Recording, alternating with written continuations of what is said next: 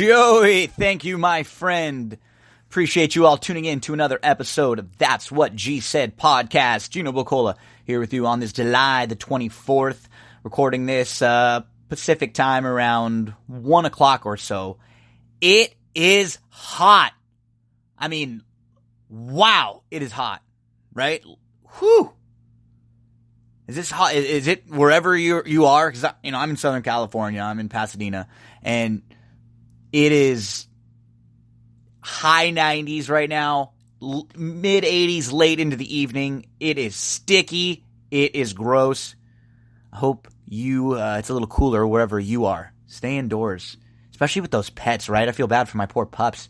It's miserable out there. They go out to try to go to the bathroom for just a minute and they can't even handle it. Especially my pups. They're California prima donna dogs. The Rolly man, the boxer, Bug, the Boston Terrier, and Ellie, the Chihuahua. Rolly's actually had a little bit of a scare. He's getting a little older now. He's 13 now, and he has cancer. And so he's at the point where if we were to operate, it wouldn't really make any sense. They don't even know if it would help. So he's taken medications, and he's been actually doing pretty well. But for the last week or two, he was struggling. Gross alert, couldn't go to the bathroom. So that poor guy was having a tough time. Never have I, another gross alert, never have I ever been so happy to see a nice big pile of poop in the backyard. But he's doing well. That makes me feel better to see one of the kiddos feeling much better. He's bouncing around now again. The energy is much better, and hope all of your pups are safe in this heat. Let's check in on an MLB a little bit. Before we do, let's lay out the show. We'll have On This Day, best Disney movies. We're down to 32 now. Talk some Del Mar Thursday. We're going to go through the entire 7-race card, and then at the end we'll talk Big Little Thoughts. So if you want to skip around to the segment that you're looking for, it'll be On This Day, best Disney movies, Del Mar Thursday, Big Little Thoughts. Remember, you can always find the time codes. I always time code everything after I record the shows. So if you are just tuning in for, the baseball talk, or if you just want to hear basketball, or if you're just turning in for the horse racing talk, or maybe you just want to hear the Big Little Thoughts, or whatever shows that we're recapping, that's one of the reasons why I like to have a show that has so many different topics, because I feel like so many people have different, especially nowadays, we all have so many different interests, and we want to hear about those things that we like in our specific interests. We don't need to tune into a show that's not talking about that. So hopefully, I feel like with hitting on so many different topics, we're going to hit something that you like out there. Make sure to share the show around with your friends and let them know. Baseball is really starting to heat up, and it's starting to get fun with this trade deadline just a week away. And it's the first time ever there's been the flat one trade deadline, no waivers after July the 31st is it. So if your team is on the fringes of a playoff spot, they have to decide in the next few days, are they going to make a move or not?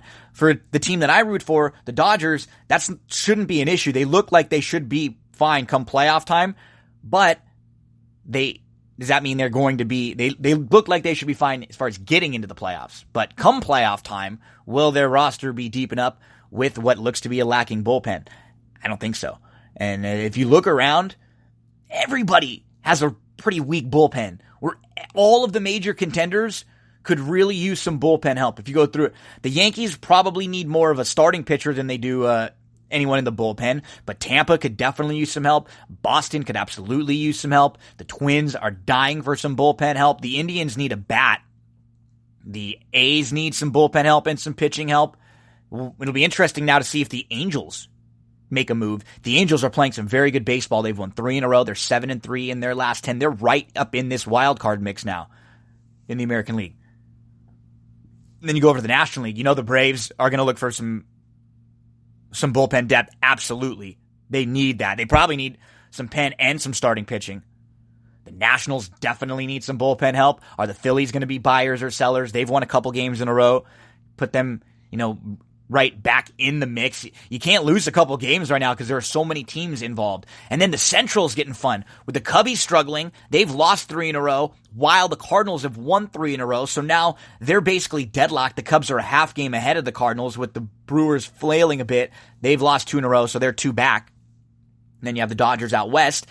But the Giants are the team that you have to mention. They are 17-3 in their last 20 games. They are 9-1 in their last 10. They've won 3 in a row. They had a fun victory in extra innings against the Cubs last night. And they're a very key team as far as the trade deadline is concerned, because if the Giants win a few more games in the next week, that might mean Madison Bumgarner is not going to get traded. Maybe Will Smith not traded. They have 3 or 4 pieces and a couple other bullpen pieces that could be very vital and pivotal to teams that are, looking to make a push to try to get into the playoffs, and then for teams trying to bolster their bullpen depth come a playoff series. Really, really fun right now. I think baseball is heating up quite a bit because this second wild card, and because, a team like the Giants has jumped right back in it. I'm interested right now in all of the Giants games, the Cardinals and the Cubs games, in all of the Phillies, Nationals, and Braves games, because those teams are all playoff bound. And then, very interested to see what the Red Sox are doing. They're trying to get back in it and seeing if they can, get into that second wild card spot. The Twins and the Indians, that's now a race in the Central. And then the Athletics are always fun because can they sustain?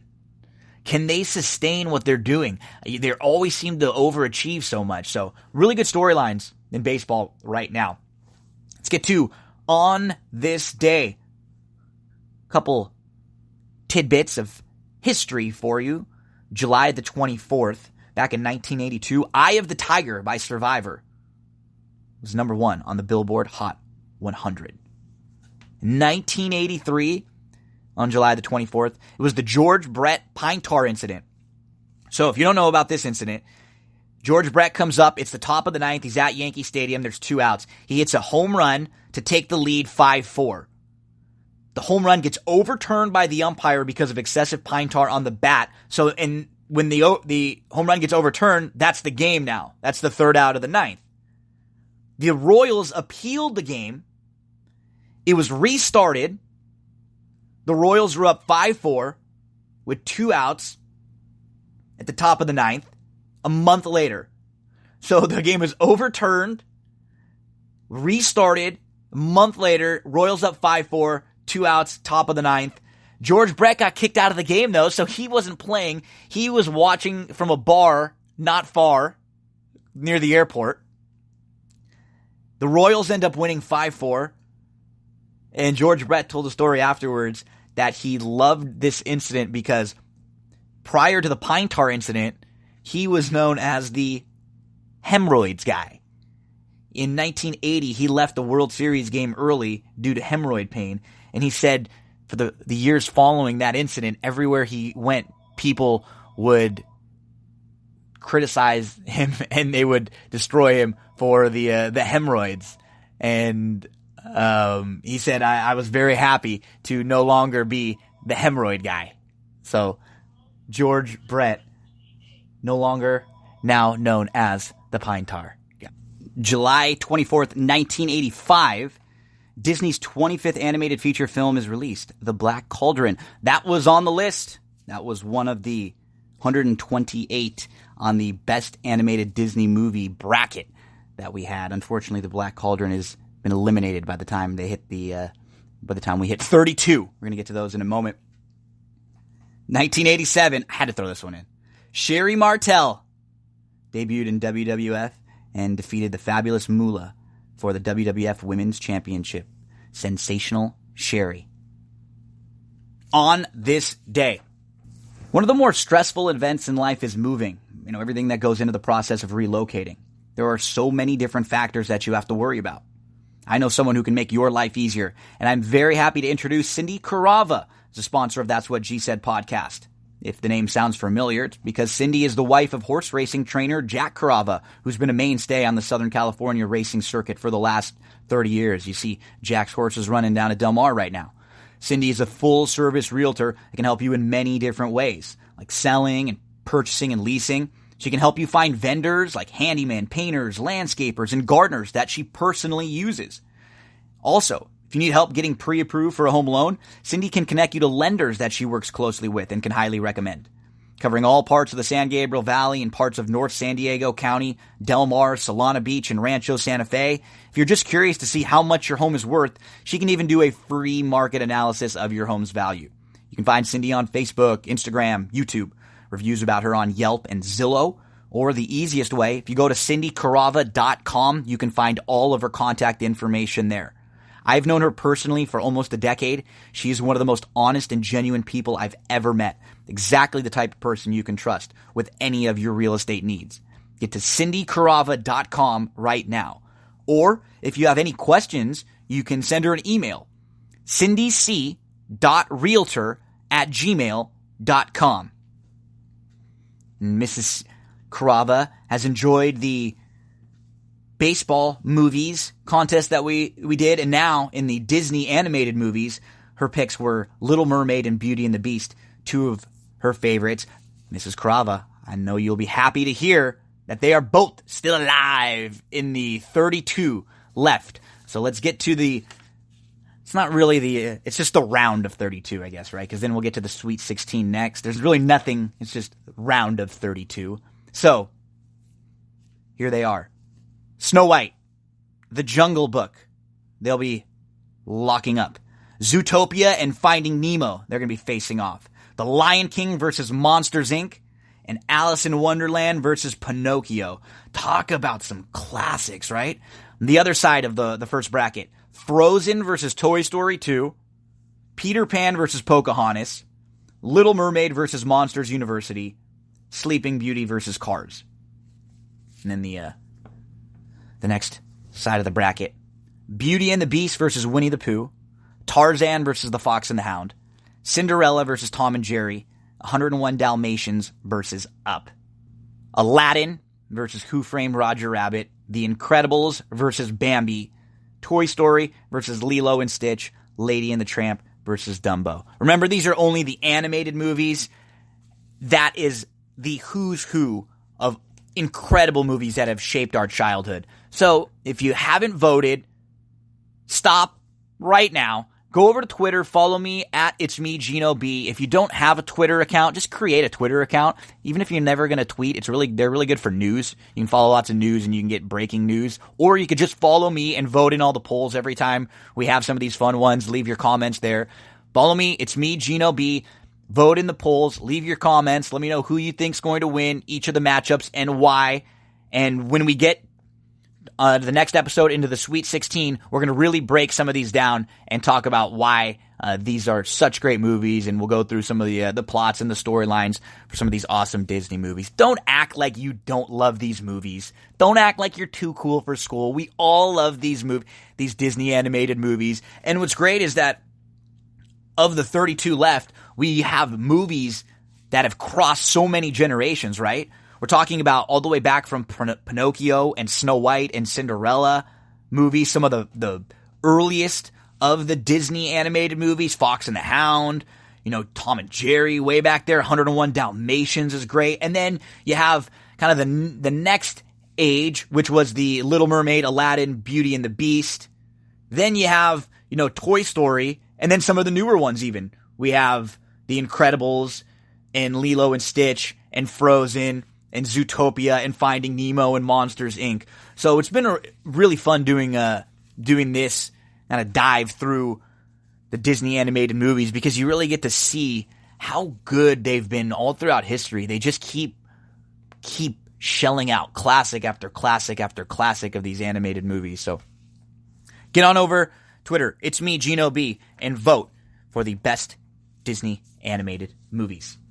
Ready to talk a little Del Mar Thursday? Let's get your past performances out. We're going to go to Del Mar, July the 25th, Thursday. And we're going to go through the whole card. So let's start with race number 1. And you go for Brace for Impact from the inside, a first-timer for Bruce Headley. This is a Cal-bred, maiden special weight, 3-year-olds and up. They're going 6 furlongs. And the one draws the inside, gets Maldonado. Barn has been okay. They're always okay with first-time starters. They've been okay as of late with firsters. I'm not a big fan of the rail. This one's pedigree's okay. The Dam was a multiple winner, a couple sibs. They both won. Nothing crazy. just gonna pass on Brace for Impact. I think Jetivator will be pretty tough in here. He was a step slow. He moved up quickly to the inside. He battled for the lead. He really did try hard all the way when he ran second at Los Al last out. That was his first start in a couple months. He should take a nice little step forward today, and he will be right there. He's one of the horses that should be right in the mix. I'm going to pass on Majestic Display. The damage in the race is the first full. Just not quite enough information on the 3 for me. Loaded Joe could win this thing. I'm a little cold on him. He has big speed. He ended up winning the battle for second, going long on the grass last time out. I'm not sure if he's as quick as some of these others in here sprinting. And I think he may have to go a little too quick early on. Now, the cutback, he should be plenty fit on the cutback, but if he gets caught in between, I'm curious to see if he's going to try to go to the lead or if they're going to try to take back sit. If he's able to sit and relax, then he's going to be very tough in here. But I'm going to be betting that that's not where he's best and that he won't be able to comfortably take back off the pace and go right by the speeds. So I'll be a little bit against Loaded Joe. I'm going to play 2 tickets. One of them is going to have all, just because it's going to be keying in on a couple of the horses that I like later in the pick 5 sequence. But I have this race 6, 7, 2, 5. I will not use Loaded Joe in my top 4. If you're playing tries, anything like that, I wouldn't toss him out. But I'm just playing this on as far as the win end, and at a short price, I'll see other 2-to-1 shots I like better than Loaded Joe. First time starter Santana, a couple sibs, 1 winner. It's been a good start to the meet for Mullins, and this guy has worked. He has a couple works in there that make you think there's a little bit of ability. So I wouldn't completely dismiss Santana. We'll see what the price is on him and if he is live on the board or not. Oh, Maria, Maria. But this one's actually Satanta, not Santana. This is Satanta. I wanted to get some Santana in there as much as I could, so I was trying to, but no. The 6, Moana Luna. The other Headley in here, very interesting. I'm going to use him in my pick 5, and I think you should include him in your exotics. He faced Open Company in his debut, and it has come back a very, very live race. The winner, King Jack, came back to win next out with a 99 buyer. The second place finisher, Morning Snow, came back to win next out by 8 lengths.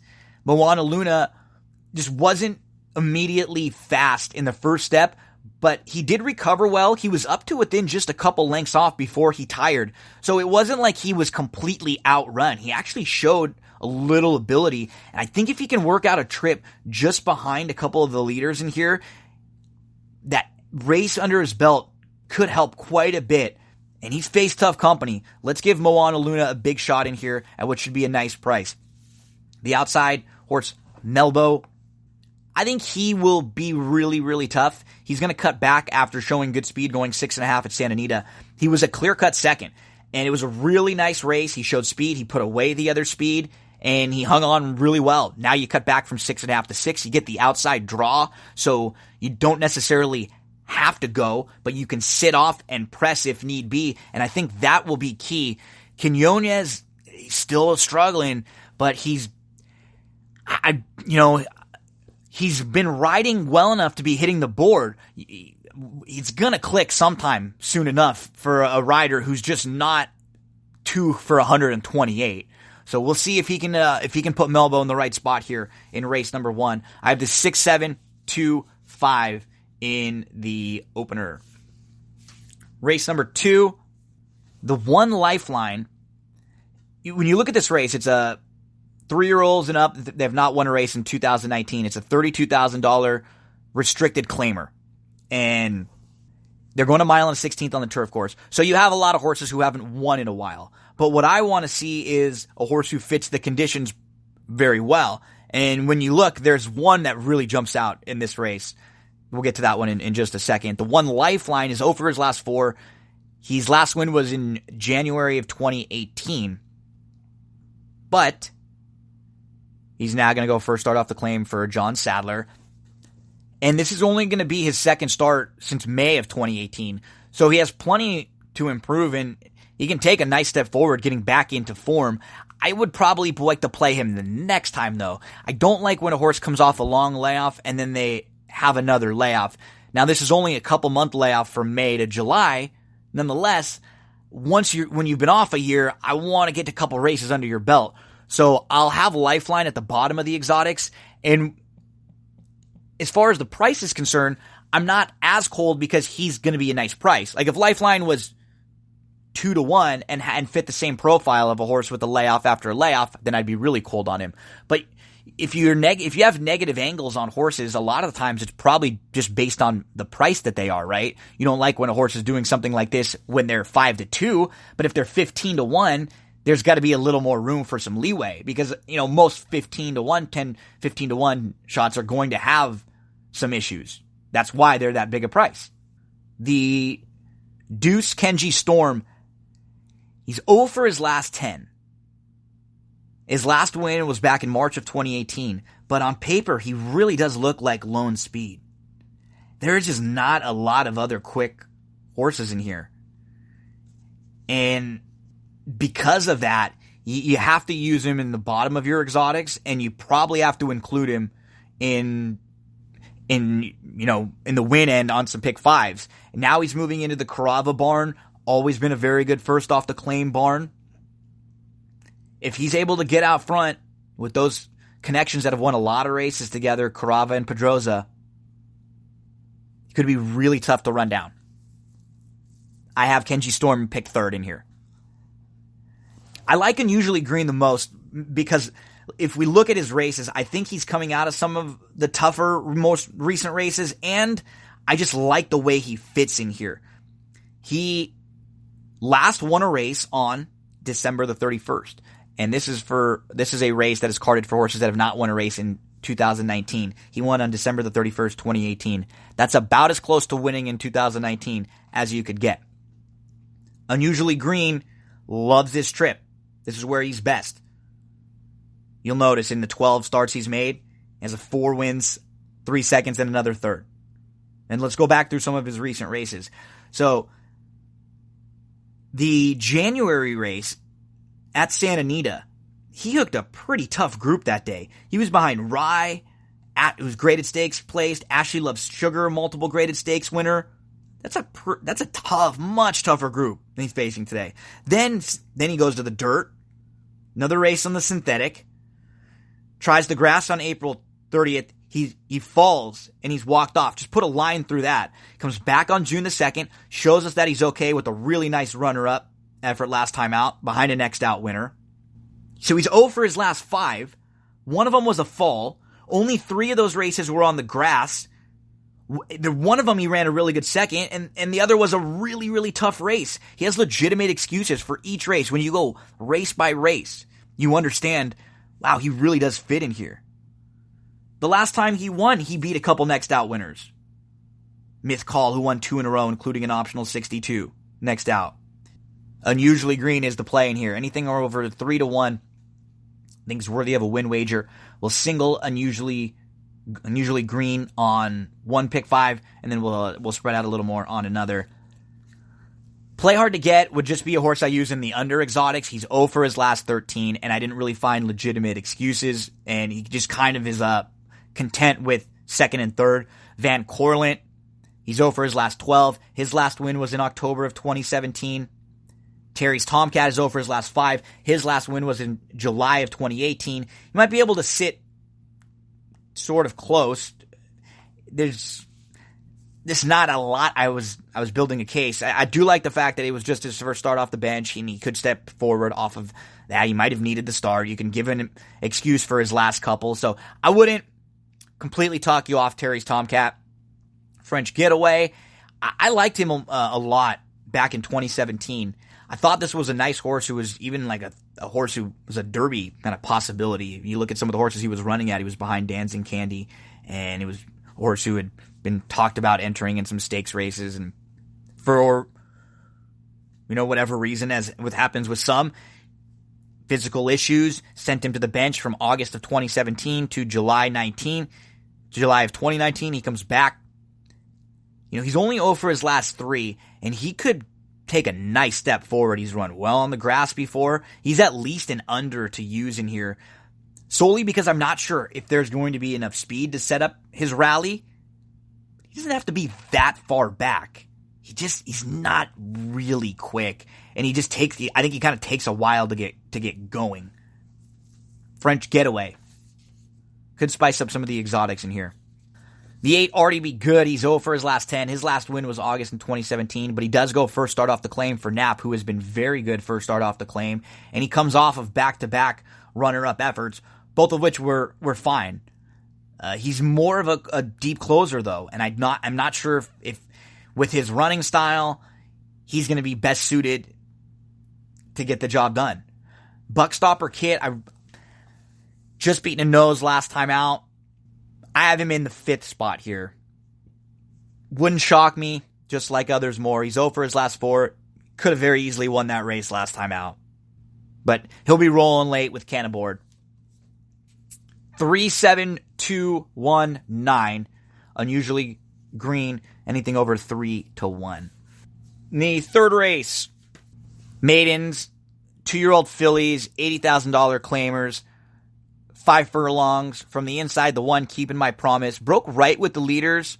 Was down inside, in between horses, faded. I need to see a little bit more. I think with the race under her belt and the fact that she's the only one in the field with the race, that has to go a long way. I just think that there are a couple other first-time starters I'd much rather use than her. So I won't be using Keeping My Promise in any of the exotics. The 2 Convoluted is a nice dam who was a 6-time winner, was a stakes winner, earned $565,000.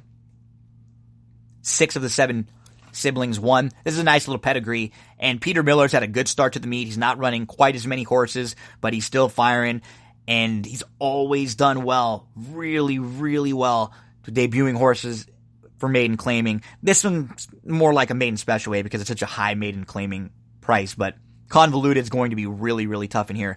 I can't imagine playing any exotics and not using the 2 Convoluted.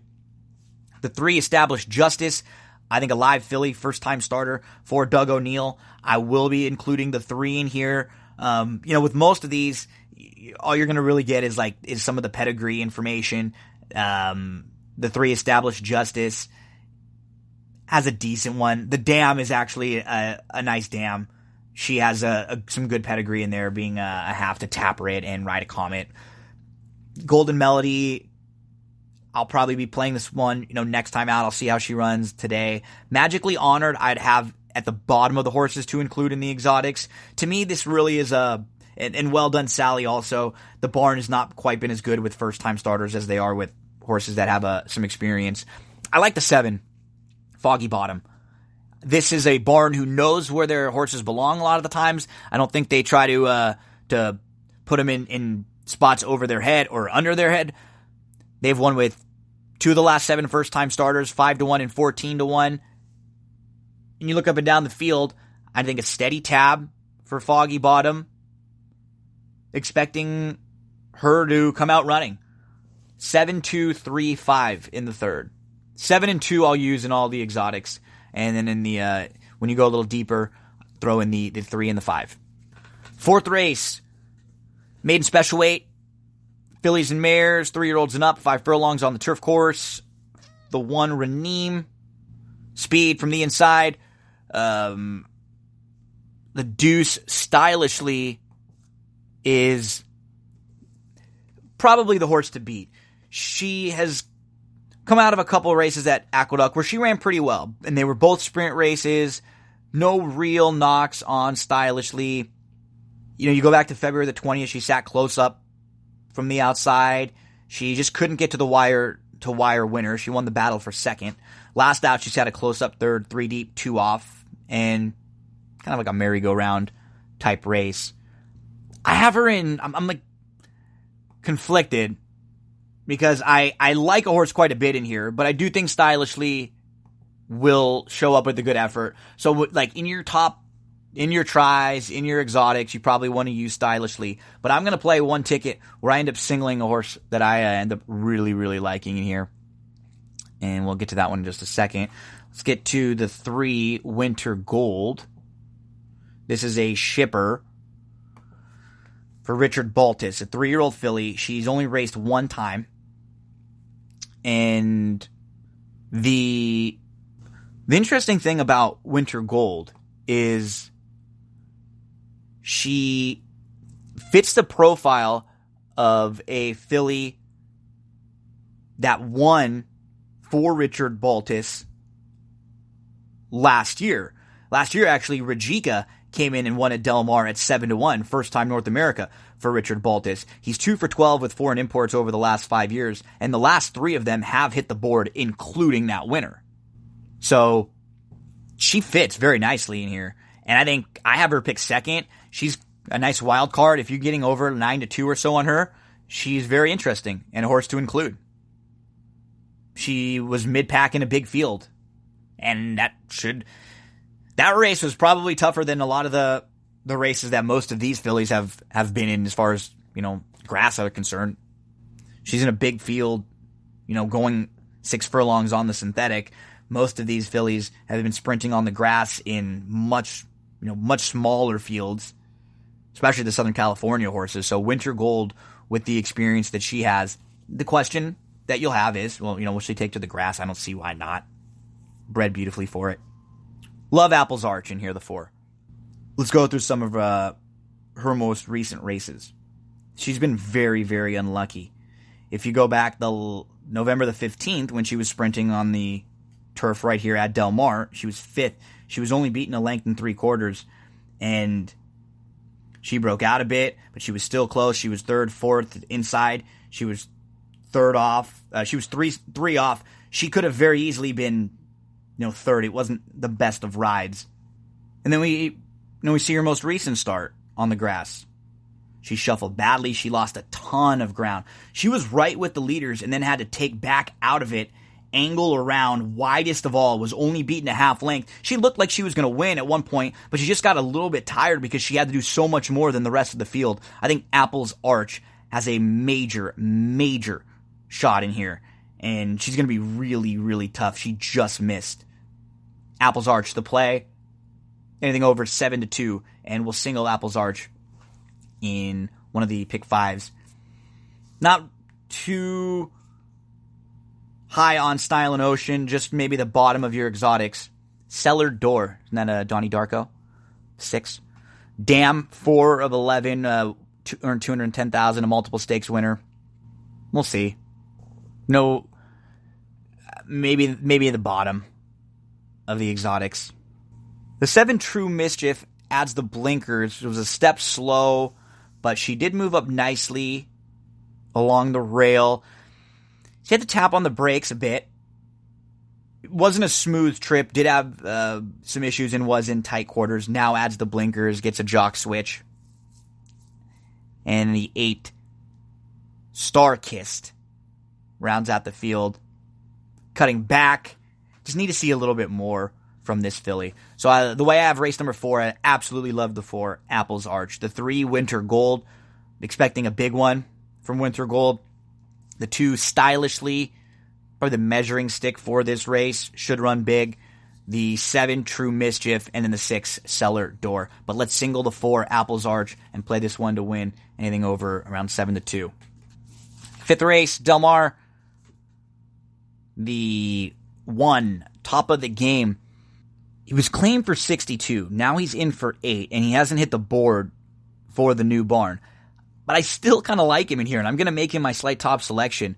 If he just runs the same race he's been running, I think he's dropped to a low enough level where that race will win. He broke well. He took back to 4th. He was tucked in. He was okay. He kind of grinded around. He might be able to get the lead in here. There is not any speed. There's like no speed at all. Top of the Game will be in all my exotics in race number 5. We're just saying no thank you. Just going to be playing against. I think this one needs a group that's a little bit softer. Comes the Dream I have in 4th. And he comes out of some good races. I'm just a little worried that the race shape isn't going to set up for him because he's not very quick early. And he'll come running late if they go quick enough early. So he needs a little pace help. But he comes out of some really good races. Clear the Mind just beat 16,000 claimers on July the 17th at Del Mar. Sunset Sevens won next out and then was second against 16 beaten claimers. Perfect Comeback won against 16 claimers next out. Crown the Kitten won an optional 40 next out at Turf Paradise. We see 2020 Vision, who was sharp. So I like the races he's coming out of. That's why I will include him in the bottom of the exotics. The 4 is Excavation. He battled for the lead in between horses. He made a 3-wide challenge at the top of the stretch before fading. He's probably the most likely horse to get the lead. With top of the game getting the inside draw, I'm hoping they get aggressive with him. But Excavation could end up right on the lead, and if he does, this is the type of field where if someone gets out front, there might not be a lot of passing. This is not the strongest group in the world, and not the sharpest group in the world. Speed Saver on the class relief alone, he's probably a player.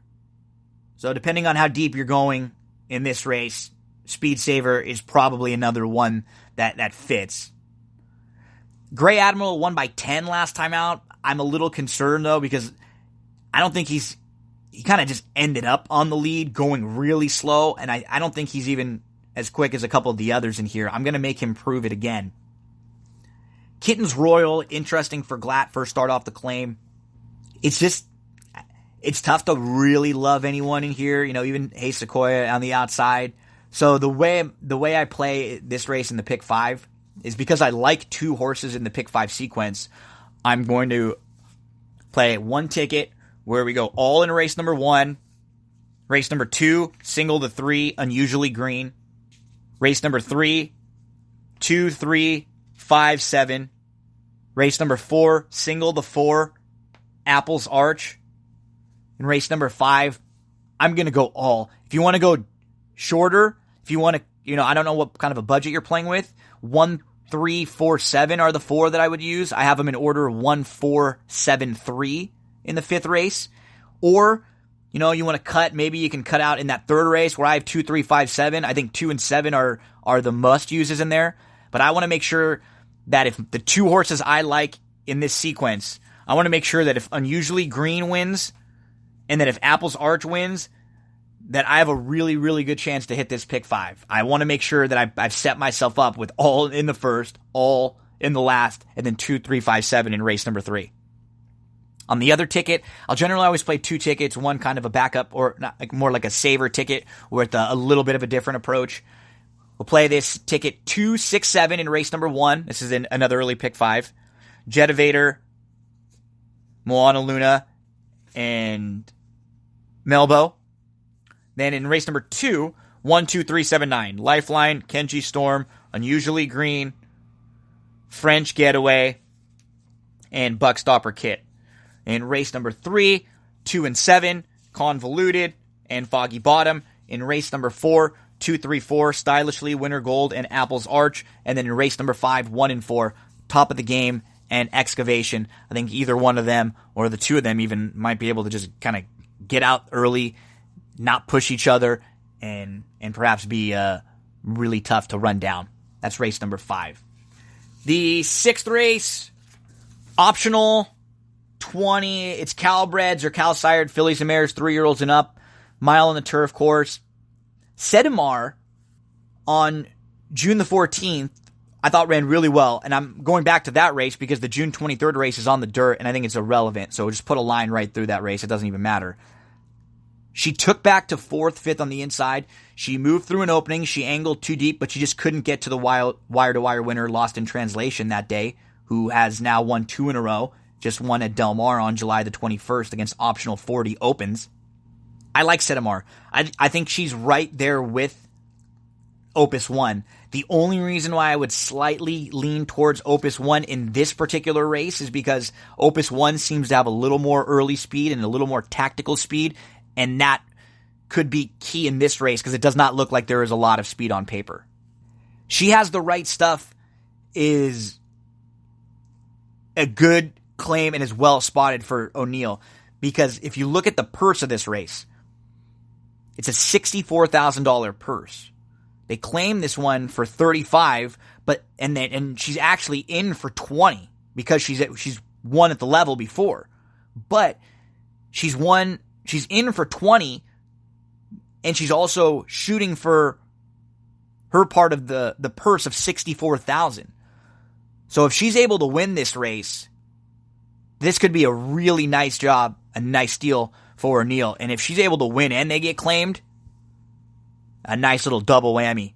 She has the right stuff, who has run well over this course, and maybe was just in a little tough in her last few.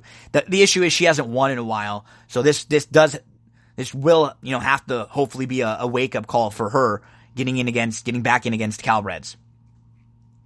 Lucky Miss Jones, I just want to see a little bit more from her. I didn't mind her victory from off the pace, just like others a little bit more. Marjorie E, same type of thing. No real knocks, just not quite too high on her chances. I like Battleground State a lot, and it's going to be my top selection in here. I think he gets the lead. I think she gets the lead, and I think she is coming out of, by far, the best races. If you look back on April the 20th, she's behind 3 next out winners. Tiny Tina beat an optional claiming 62 non-group next out. She won 3 in a row. Don't Blame Judy won an optional 40 next out, then tried grade 3 company. Confidentially won an optional 40 next out at Santa Anita, going a mile on the grass. You see Vasilica in the running lines, who has won 14 of her last 16 with a second and a fourth in the mix. You see Achira, who won next out. That was back in 2018, and Achira just ran second in the Oceanitas. So, she's actually a decent animal that's kept form. Helen Hillary won an optional claimer next out. Compare those animals to this group, and that's a much tougher, and this seems like major class relief for Battleground State. And the fact that she could get the lead in here could be very, very tough to run down. We'll put her on top, and we'll play anything about 6-1 or so to win on Battleground State. Oh my, expecting to sit mid-pack, more of an underneath type. You see a horse that doesn't mind settling for seconds and thirds, and I haven't really seen legitimate excuses for that would make me give this one another chance. Hot on the Trail. Kind of feel the same way about Hot on the Trail. Wouldn't shock me. She's a price, so I'm not going to talk you off a price, but I won't be including her in any exotics. This is a good spot for Opus 1, who's going to go third off the bench. She can sit a little closer. She's one of the quickest early in this field. Really no knocks on the solid second last out when she was chasing Lone Speed, and she was just in front of Setamar. And then to round out the field, Please Do and Lacey's Rainbow. A couple long shots that I can't really build too strong a case for. So in race number 6, 5, 8, 1, 2, Battleground State, Opus 1, Setamar, and She Has the Right Stuff. To close things out, this is probably the most wide open race I thought on the card, and the race that I like the least. I do like the 10 Zorich, who exits a strong May 3rd race where there were 3 next out winners. Noldy, who came back and just finished second in the Oceanside, and then 2 other maiden special weight winners, the 5th and 6th place finisher. And then Zorich dropped in for maiden 50, and it wasn't bad. He was up into contention prior to the top of the lane. He had a little bit of traffic. He did keep grinding away late. I think he figures. And when you run through the field quickly, what's wrong with Do Not Swipe Left showed a little bit of speed on the grass against Better in that tough May 3rd race. You can't really dismiss him. Super Classic, kind of a deep closer. He's just an underneath plotter. Midnight Maui on the drop. Why can't he win this race or be competitive? Mongolian Heroes only raced once. He deserves another chance after breaking slowly. Unbroken Star. Ron Ellis just had a first-time starter win the other day at 27-1, and his recent first-time starters have been pretty good. This one is actually a half-to-gold medal dancer who was a 7-time winner and a Grade 2 winner who earned $639,000. 5 fulls from the dam, 4 winners. Otani should be right there. He's probably the horse to beat. Potantico, you go back to the June 2nd race, it wasn't bad against maiden special weights. He flashed speed. He got the lead against Better. And then last time out, he couldn't get to the lead, and then he faded. If he is a horse who gets out front, speed in a group like this could be very, very dangerous. Some of these weaker races, you get to the front end, and horses just get back 5, 8, 10 lengths, and they don't really want to get they don't really want to get going and start passing horses. They get a little discouraged because they're used to, backing up and losing races. Lost in the moment. Similar to Mongolian Hero, debuted, broke slow from the rail, had absolutely no shot. He's about 20 lengths behind. He deserves another chance. So I'm not really going to play anything late in the exotics. I'm not going to give you a late exotics. I have this race 10-8-1, 5, 7, 4, 7, 9. I mean, you could go all the way through, but I'm not going to play much in this race because it's a difficult race, and I don't really have a strong opinion, and I don't really feel like playing the late exotics. I'm more of an early pick 5 guy. That's the best takeout, and that's going to be the best value and the best bang for your buck you're going to get at Del Mar. So my focus a lot of time will be on that early pick 5. Remind you the 3 plays for the day. Second race, the number 3, Unusually Green. Fourth race, the number 4, Apple's Arch. Sixth race, the number 5, Battleground State. Now remember, when you play them, you don't want to play them if they get overbet, if they get hit too hard. Unusually Green, I think around 3-1 seems fair. Apple's Arch, you don't really want to go lower than right around that also. 3-1, 7-2. Battleground State, around 6-1. Those are the prices on the horses I like. Del Mar, Thursday, July the 25th. To close things out with some big little thoughts. Did you ever want it? Did you want it bad? Now we open the final episode, the season finale of season 2, with Perry's fall from Celeste's point of view. And she's getting ready for the hearing to find out if she will be able to remain the guardian of her boys and hold on to custody. She just can't get Perry out of her head. She's watching another video on the boys' iPad. It's a video that the boys have made of a lot of different memories, and it's first day of school and birthdays. And then she notices for the first time that the boys have recorded a video where she's getting hit, where she's getting beat up by Perry. She never knew this. She didn't see it. Mental note, something that she takes with her. We see Ed. He's working out hard. The girls wonder if that means that Ed and Madeline are getting ready for divorce because he's acting a little different. Ziggy likes Corey. Ziggy tells his mom, Jane, that he wants Jane and Corey to be together. And they're at the beach when they're having this conversation. And then they go rolling in the sand in all their clothes. When you're at the beach and you're in, your swim trunks, your swimsuit, and you're going and rolling in the sand, that's one thing. But all your clothes, come on. Not all the clothes and the shoes and the socks. Come on. Come on. Bonnie, again, is getting these thoughts about killing her mom, these visions. Renata and Mary Louise, they have this great interaction at what looks like Starbucks. Mary Louise somehow knows about the nanny and that Gordon was sleeping with his nanny and cheating on Renata. She makes a comment, and Renata just snaps. Don't go there, judgy judger. Keep your eyes on your own effing paper, Mary Louise. Celeste's lawyer tries to talk Celeste out of being the one to do the questioning, but Celeste is adamant. She wants to go at Mary Louise. And Mary Louise's lawyer seems very worried about this also, because he knows that Mary Louise likes to get off on a little bit of a tangent, and this is going to humanize Celeste a little bit and show that, wow, if she's capable of, being a lawyer here and doing this questioning, she's probably capable of at least, thinking straight enough to hold on to her kids right now. So Mary Louise takes the stand, and Celeste gets her. Celeste asks Mary Louise if Mary Louise thinks that Celeste is a bad parent, and Mary Louise says, no. I've always thought you were a wonderfully committed parent, but the children are in imminent peril. Celeste then gets really good with the lawyer stuff. She said, well, how come you never reported to child services or any other service? They mentioned that Celeste is not routinely or often violent, has only been violent once. So now Mary Louise is basing her opinions on what she hasn't even seen. Now Celeste starts to get real dirty. She brings up Raymond, Mary Louise's dead son, Perry's dead brother. So now Mary Louise has 2 dead sons.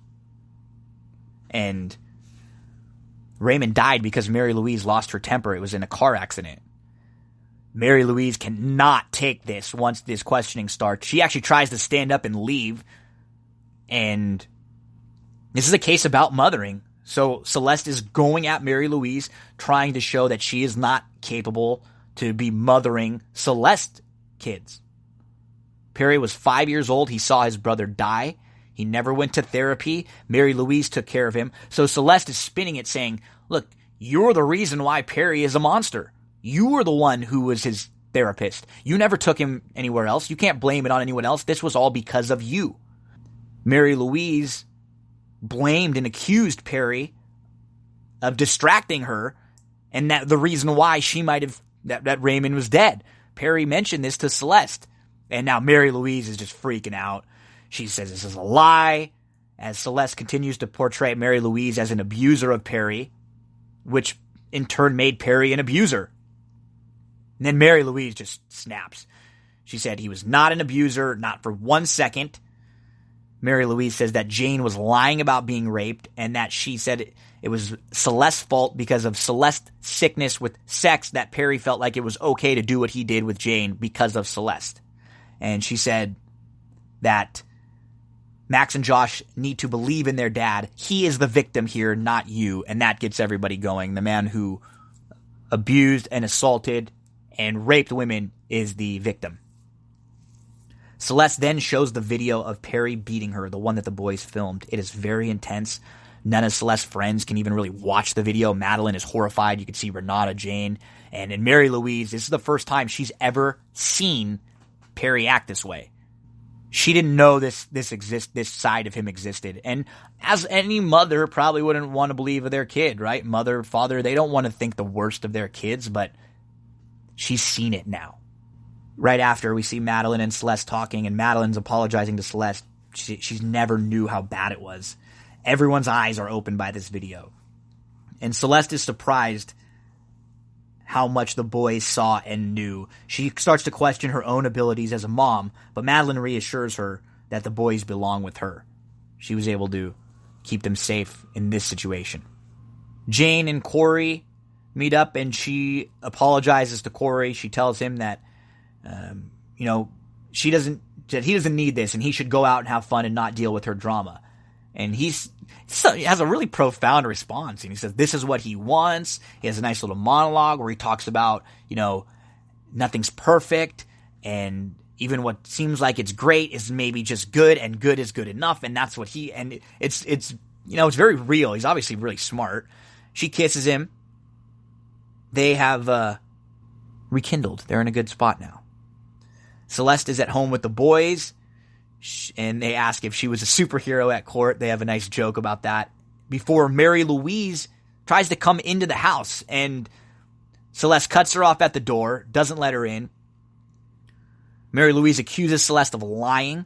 She is rattled. She is shocked what she saw on the video. And Celeste says, "You lost your boys. You don't get to take mine." Mary Louise just keeps yelling, "Not fair, not fair, you're a liar, not fair." Bonnie then comes into the hospital.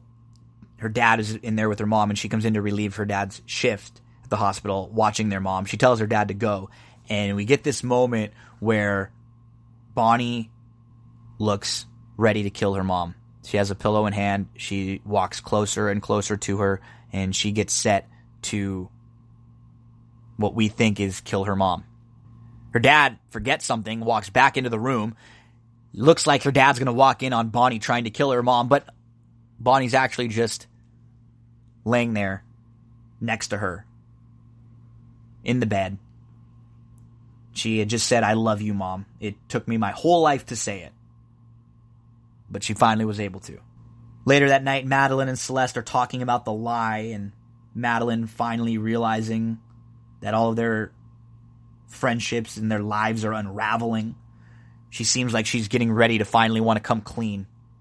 Bonnie's mom wakes up She's hungry. Everyone can't believe it. Her mom is up and she's looking good. Celeste prepares the boys for the hearing to see if they are going to be able to stay with her, the judge's final decision. And as she's getting ready and tying their ties, she sees Perry again. I really love the way these boys have turned. They mentioned to her mom, if Dad was here, he wouldn't let Grandma do this. That's probably true, but Dad would have done some other things. The boys are good boys, though. They really seem like they're all in on Mom's side, ready to help Mom and take good care of Celeste. They admit to each other, Celeste and the boys, that they're scared. Madeline goes to talk to Ed, and she wants to know if she is the punching bag. She wants to know what Ed is thinking and where she stands. So Ed mentions their wedding day. He said it was joyous, but delusional, because they aren't who they were and who they promised to be then. People change. It feels like Ed is getting ready to break up with Madeline, tell him he wants to leave her, and then in a total swerve, he wants to renew the vows. He wants to be committed to live up to them. And Madeline says, for better or for worse, he says, no for worse for you. You're not allowed any worse. This is a shot at a new beginning for them. She wants to start to plan the renewal of the vows already, and he says, no, it's just going to be a small ceremony with the family and with the girls. That's it. On the way into the court, Celeste and Mary Louise make eye contact. It's becoming a very awkward relationship. And before we get back to court, we see Bonnie's mom. She has a setback, a stroke. She's unconscious, and now she's taken away for testing. Back at the court, the judge has some difficult decisions to make, and Mary Louise stands up to speak. She said what she saw in the video, she had no idea. But she still accuses Celeste of a sickness, and she wants to safeguard the boys. Celeste responds and says Perry was the way he is because of Mary Louise. It's one thing to have your children turned over, but it's quite another thing to be asked to give them over to Mary Louise, is basically what Celeste says. She kept them alive and safe with Perry around. And so the judge decides she will not take them away full custody with Celeste. Yes! She got Mary Louise! Get 'em! Bonnie's mom says, I'm sorry to Bonnie. And then she dies. She's gone. Bonnie's mom is gone, just like that. And that triggers emotions in Bonnie now, because now she can be herself. She got everything out, her feelings to her mom, finally, all these years later. And she tells Nathan, the old, you're a good man and a wonderful father. Well, we know how that's going to end. Not only does she tell him she doesn't love him, she says she doesn't think she's ever been in love with him. Ouch. That's kind of unnecessary. But maybe she just wants a complete clean start and to be just honest with who she is. Renata goes home. And all of her stuff is gone from the house. She has nothing. But she hears a noise downstairs and Gordon's playing with his toys. And why? Because Gordon was supposed to sell everything. He's pumped because he found a collector who bought everything for $400,000 but let Gordon keep it because he knows that the value is not going to go down with Gordon. Because Gordon's going to take good care of all these collectibles. So Renata has to give up everything. She's not happy. Gordon lost all the money. They filed for bankruptcy. They have to sell the home. He screwed the nanny. And she's upset. And Gordon, it's the line that sets her off. He says, well, now that she's gone, I need something to play with. And Renata snaps. We get just an epic Renata segment. She grabs a baseball bat and she starts cracking everything. Model trains, model cars, model planes, game-used bats, memorabilias, jerseys. She whacks Gordon in the chest with a bat a couple times. She is just swinging the stick. She says, I'm done. No more bullshit. No more lies. Madeline and Ed then renew their vows with the kids. We see Mary Louise leaving. She's driving off. She's exiting Monterey. Jane and Corey, they're finally able to get physical and intimate. They have a moment where it seems like maybe the burden of all this is beyond Jane for now. And the women are all realizing what they need to do. They need to come clean of the lie.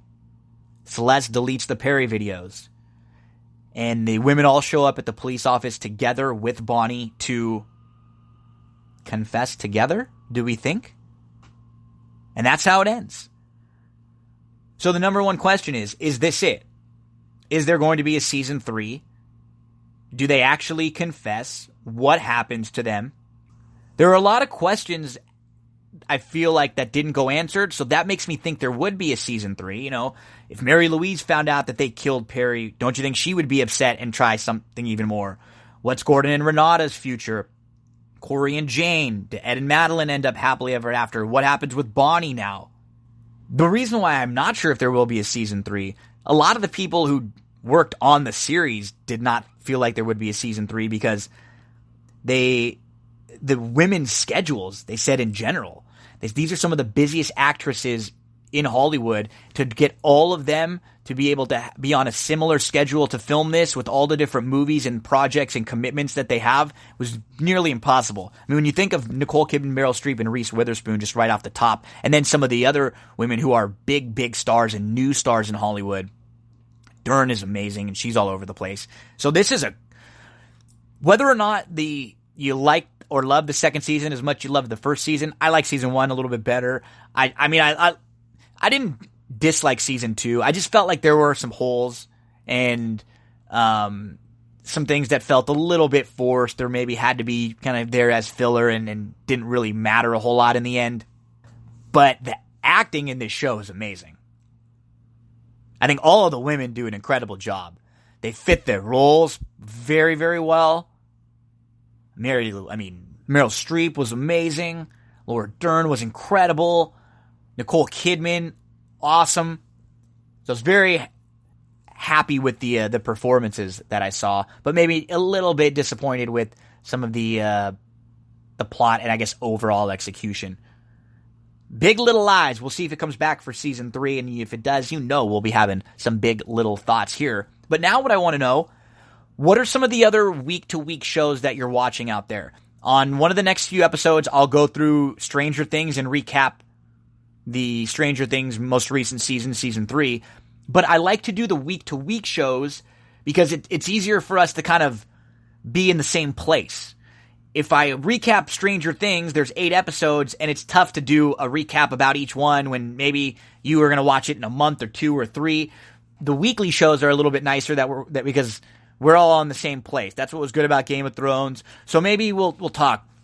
There's a show I'm watching right now called Grand Hotel that I like a little bit on ABC. We'll see if anyone else out there is interested in that one. I know Suits is just came back for the final season. That's another good one. So we'll find out what are some of the other hot weekly shows that we can discuss. Thanks again, everyone, for tuning in. Make sure to get to iTunes, subscribe, leave a nice 5-star rating for That's What G Said podcast. We're up on YouTube, SoundCloud, TuneIn, Google Podcast, anywhere you can find them. Share the podcast around, please. That's a big help. If you know someone who likes horse racing, share it around. If you know someone who likes wrestling, let them know. We talk wrestling a lot. We talk movies, TV, and we'll always have shows where we have 4 or 5 different subjects. We'll bring on a couple guests next week to talk some horse racing and to start getting into football. Football season is on the horizon. Looking forward to weekly previews of all of the NFL games. And we'll have guests on to give you their best bets. We'll talk all sorts of gambling come football season. That is coming up very, very soon. Joey, my friend, close this out.